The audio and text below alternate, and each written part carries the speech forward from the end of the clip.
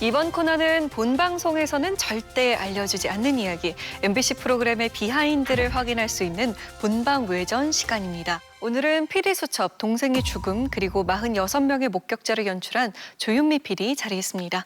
반갑습니다. 안녕하세요. 안녕하세요. PD수첩에서 연출하고 있는 PD 조윤미라고 합니다. 네, 방송에서 미처 담지 못한 이야기들 많이 해주시길 바랍니다. 자, 그럼 지금부터 PD수첩 동생의 죽음 그리고 46명의 목격자를 주목해봅니다. 1984년 23살의 어린 나이로 생을 마감한 고 최순균 소위. 학군 장교로서 훈련을 받다 순직한 그의 사인은 몸이 약한 탓에 힘든 유격을 견디지 못한 과로사였습니다. 그렇게 잊혔던 사건이 다시 수면 위로 떠오른 건 3년 전 한 통의 진정서에서 시작을 했습니다. 군 동기가 최순균 소위의 죽음이 사무치게 가슴 아팠다며 사망 원인에 대해 조사를 요청한 겁니다. 작년 군 사망사고 진상규명위원회에서는 고 최순균 소위의 죽음이 구타와 가혹 행위로 인한 쇼크사, 신체적, 정신적 스트레스로 인한 급성 심장사라고 결론 내리며 37년 만에 사건의 진실이 드러났습니다. 그리고 고 최순균 소위의 누나 최정은 씨는 그의 억울한 죽음에 대한 이야기를 알리기 위해 PD수첩의 문을 두드렸습니다. PD수첩 동생의 죽음 그리고 46명의 목격자에서는 당시 군 생활을 함께했던 동기들을 만나 참혹했던 현장에 대한 목격담을 생생하게 담아내고 있는데요. 낙오된 사람은 그야말로 그냥 그 선녀탕에서 박박박 기는 거예요. 더러운 오물은 다 뒤집어 쓰고 몇 번 올 뱀이 얼차례 끝 하고 이제 들어야 되거든요. 근데 이제 그냥 이렇게 걸어온 거예요, 이렇게 이제 혼자. 그러니까 그때 그 교관 하나가 뒤에 달려와서 이제 차버렸거든요. 교관에게 사정없이 구타를 당하던 최소희가 순간 옆에 있던 돌을 집어들었다고 합니다. 유격대장이 이 광경을 목격했고 크게 화를 내며 최소희에 대한 집중 훈련을 지시했다고 합니다. 이 친구가 이제 아파가지고 못 나오니까 가서 끌고 와. 해가지고서 이제 목에다 포승줄을 매고 나서 질질 끌고 다닌 거예요. 발을 묶더라고요, 밧줄로. 묶어가지고 나무에다 걸어서 당기니까 이제 거꾸로 매달리는 거죠. 고문에 가까웠던 군 가혹 행위를 고발하고 피해자에 대한 보상 및 명예회복이 적절하게 이뤄지지 않은 배경의 구조적인 문제를 지적하는 등 고 최순균 소위 사망 사건의 전말을 전했습니다. 지금으로부터 38년 전 1984년 동북 유격장에서 사망한 고 최순균 소위의 죽음에 대해 이야기한 PD수첩 동생의 죽음 그리고 46명의 목격자. 지난 2021년 군 사망사고 진상규명위원회 조사를 통해 억울한 죽음의 전모가 밝혀지며 화제를 모았는데요. 그로부터 1년이 지난 지금 이 사건에 다시 주목하게 된 특별한 이유가 있을까요? 저희에게 그 최순균 소위의 누님께서 제보를 주셨습니다. 당시에는 동생분이 사망을 했는데 유가족에게 군 당국이 동생분이 유격 훈련에 제대로 따라오지 못했다. 훈련 중에도 계속 낙오를 했고 심지어는 상관에게 돌까지 들면서 대들었기 때문에 사실은 군법 회의에 회부를 해야 되는 상황인데 사망을 하셨으니 순직 처리해드리겠다. 그러니까 이제 더 이상 문제 삼지 말아라 라고 얘기를 하셨고 그러다 보니까 오랫동안 진실을 알지 못했던 상황이었는데 이제 37년 만에 새롭게 밝혀진 이 상황을 보고 너무나 기가 막혀서 저희한테 제보를 주셨고요. 군 당국으로부터 위로나 사과 표명이 없었습니다. 그래서 이렇게 후속 처리가 되는 것이 맞나라는 의문으로 저희도 방송을 준비하게 됐습니다. 위원들은 PD수첩 어떻게 보셨습니까? 누님의 시점으로 인터뷰를 시작하는데 표정에 서린 그 고통은 여전히 너무나 끝나지 않는 아픔을 겪고 계시는구나라고 느꼈고 이 이야기에 쉽게 이입을 하게 됐었던 것 같아요. 그래서 정말 진실을 밝히는 것도 중요하지만 거기에 그치지 않고 남은 유가족들의 억울함을 더 풀어주고 이런 부조리한 구조가 왜 변화가 없는지 여기에 대해서 조금 더 이제 꾸준하게 목소리를 내야겠다라고 어떤 PD수첩의 의지를 엿볼 수 있는 그런 방송이었던 것 같습니다. 보는 내내 이 서글프고 좀 답답한 감정을 감출 수가 없었는데요. 불합리한 사건이 과거에 있었다라고 단순히 아는 것과 그 실상을 자세하게 들여다보는 건 굉장히 큰 차이가 있다고 생각을 하거든요. 또 피해자는 사망을 했고 피해자의 가족들이 참 많은 고통을 겪고 있는데 이 가해자를 처벌할 수 없는 이 현실에 대해서 그렇다면 어떻게 해야 하는가 의문을 계속 품게 만든 회차이기도 했습니다. 군 조직이라고 하는 게 폐쇄성이 우선 있고 이런 성명하복의 지휘 체계가 있고 그것들이 다 모여서 한 명의 희생자가 만들어진 것 같아요. 어떻게 저런 일이 벌어지지 싶은 일을 정말 너무나 자연스럽게 만들지 않았나라는 생각을 하면서 좀 봤어요. 지금도 여전히 어떤 군 조직 안에서 뭐 폭력의 문제들이 벌어지는 게 있잖아요. 이것들이 굉장히 어떤 본질적으로 같은 곳에서 출발하는 문제들이 아닌가라는 생각을 하면서 이 근본적 부조리를 어떻게 고칠 수 있을까라는 의문을 가지면서 봤었던 회차였습니다. 부조리한 군 조직에서 일어나는 구조적인 문제라는 걸 조명한 의미 있는 방송이었다는 의견 남겨주셨습니다. 조윤미 PD는 어떻게 들으셨어요?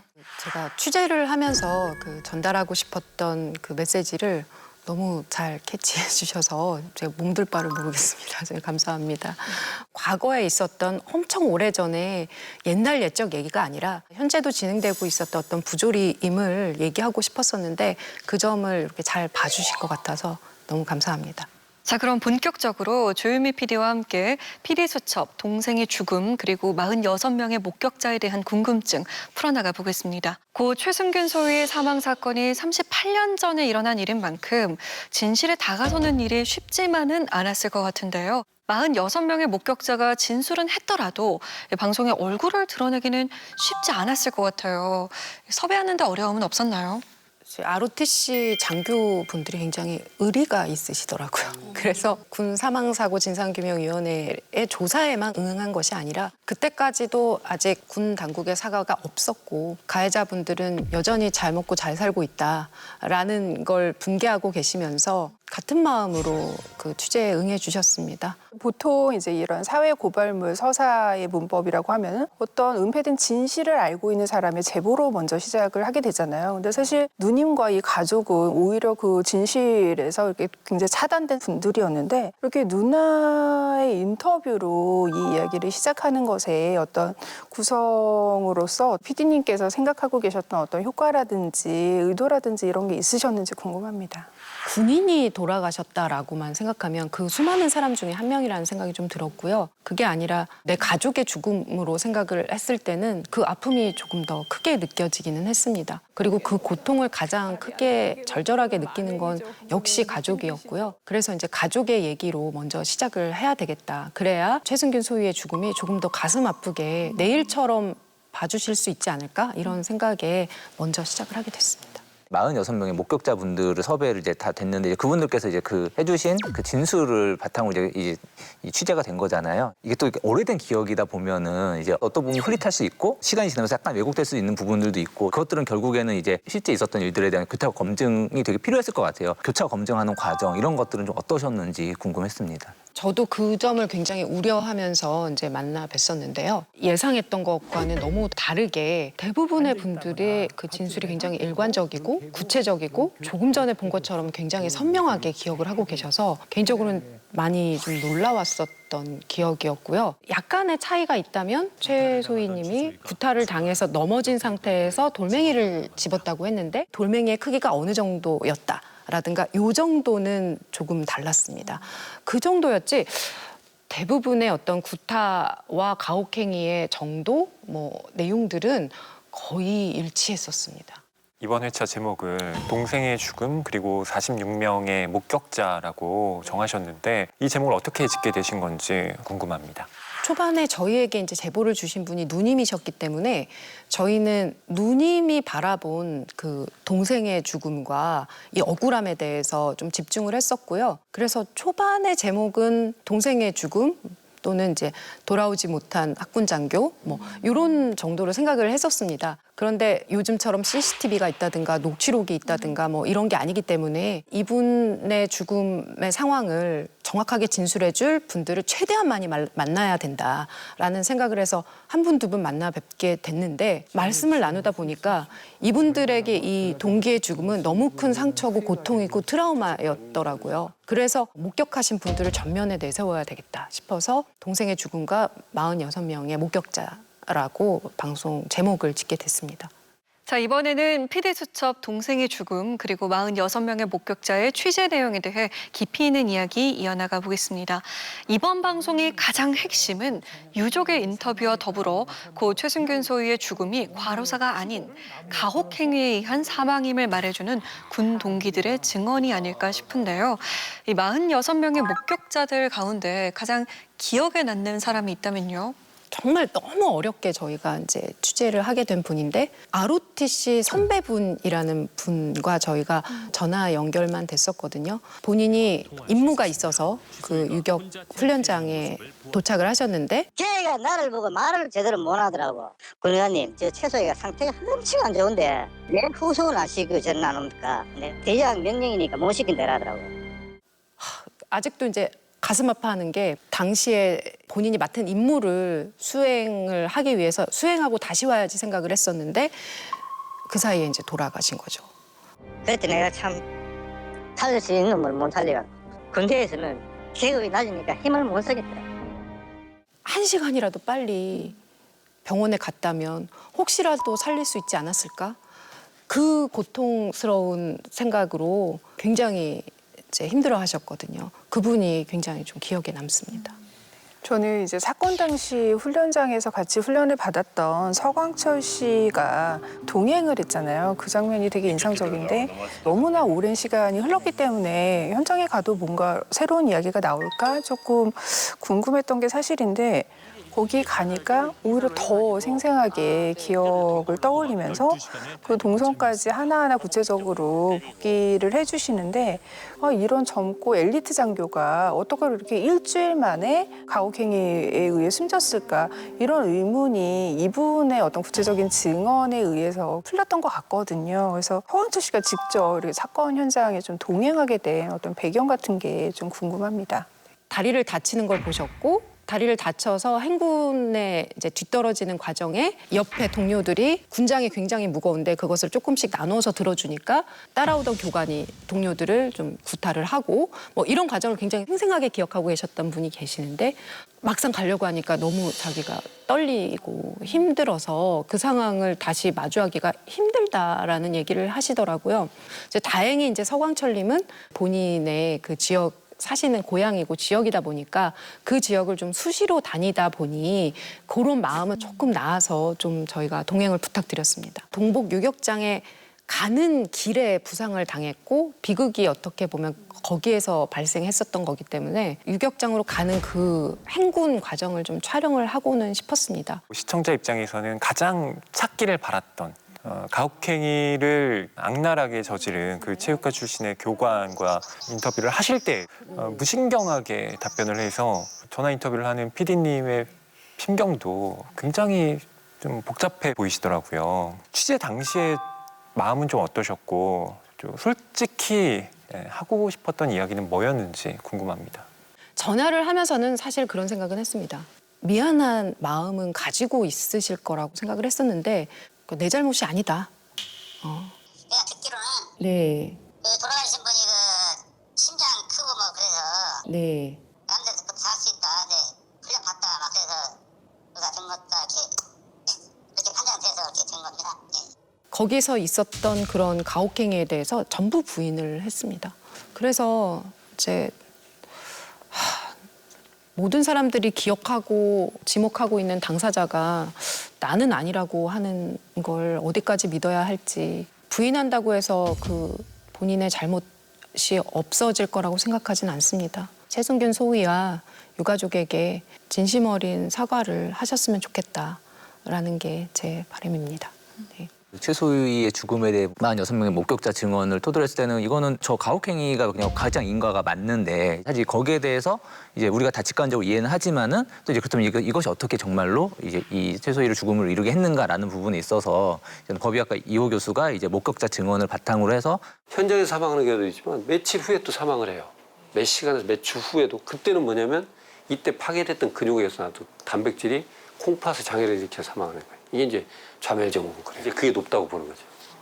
어쩔 수 없이 이제 그 부검 감정서가 없었잖아요. 그런 상황에서 방송에 나오진 않았지만은 이제 전문가로서 좀 심증을 강하게 갖고 있었던 어떤 것도 좀 있으셨는지도 좀 궁금했습니다. 최승균 소위는 당시에 한 3,600명의 그 ROTC 동기들 사이에서 이제 174번 군번을 받았거든요. 이 군번의 의미가 당시에는 좀 순위로 했었답니다. 시험 성적과 이제 체력 시험 뭐 이런 것들을 합쳐서 174번의 군번을 받았는데 그런 부분에서 어떤 문제가 있었다면 그런 성적을 받지 않았을 것이고 수많은 자료들을 봤을 때도 신체적인 문제가 드러난 부분은 없습니다. 왜 이분이 돌아가셨는지 사인이 이렇게 확인될 수 있는 그런 감정서가 현재 없는데 이제 다른 서류들은 좀 남아 있습니다. 그 부검을 진행하셨던 분께서 이제 사체 검안서를 쓰시면서 1번으로는 청장년 급사 증후군이라고 사체만 보고서 알 수 없다라고 해서 이렇게 적어놨지만 2번 변경될 수 있다는 것을 굳이 기재를 하셨고 그다음에 기타 내용에 과도한 얼차려 훈련을 받았다라는 내용을 따로 또 기재를 하셨습니다. 이런 여러 가지 남아있는 서류들을 검토해 봤을 때 과로사라고 볼 수 없다라는 걸 이렇게 확인해 주신 거죠. 저는 가족이 다 풍비박산이 났는데 삶에 의미가 없다. 아버지 눈도 못 감고 돌아서 어머니도 마지막 동생 이름 부르다 돌아가셨어. 고 최승균 소위의 이 형 인터뷰와 함께 수십 명의 목격자가 있었지만 가해자로 지목된 교관들은 이번 조사에 응하지 않았습니다. 이런 멘트가 이어나와서 굉장히 마음이 아프더라고요. 가해자를 이렇게 벌할 수 없는 현실이 참 답답하게 느껴지는데 이걸 개선하기 위한 추가 이 취재 계획이나 또 실행하신 바가 있는지 여쭤보고 싶습니다. 그러니까 유가족분들은 어떻게 국방의 의무를 지기 위해서 훈련을 간 사람을 때려 죽일 수가 있냐라는 부분에서 굉장히 절규하셨고요. 그게 한순간에 돌아가신 게 아니라 며칠에 걸쳐서 이제 서서히 돌아가신 상황이다 보니까 그걸 생각하면 너무 힘들어하셨습니다. 근데 이분들의 진정한 어떤 치유와 위로가 되려면 이제 책임자에 대한 철저한 조사, 처벌까지는 현행법으로 어렵다라고 얘기만 할 것이 아니라 정말로 조사를 하고 잘잘못을 가리는 일이 동반되어야지만 이 고통을 조금이나마 좀 치료할 수 있지 않을까라는 생각이 좀 들어서요. 앞으로도 이 부분에 대한 관심을 가지고 조금 더 취재를 해보려고 생각하고 있습니다. 네, 마지막으로 오늘 PD수첩 동생의 죽음 그리고 46명의 목격자를 연출한 조유미 PD에게 전하고 싶은 한마디가 있다면요. 저는 이번 방송이 여러모로 기존의 PD수첩보다 좀 한 걸음 더 나아간 어떤 가능성 같은 걸 봤어요. 이미 밝혀진 사건을 1년 뒤에 그리고 이제 공론화가 그렇게 크게 되지도 않은 사건을 사실은 다뤘다는 의미에서 변화를 조금 더 이렇게 촉구하는 그런 의지를 봤다라고 생각을 하거든요.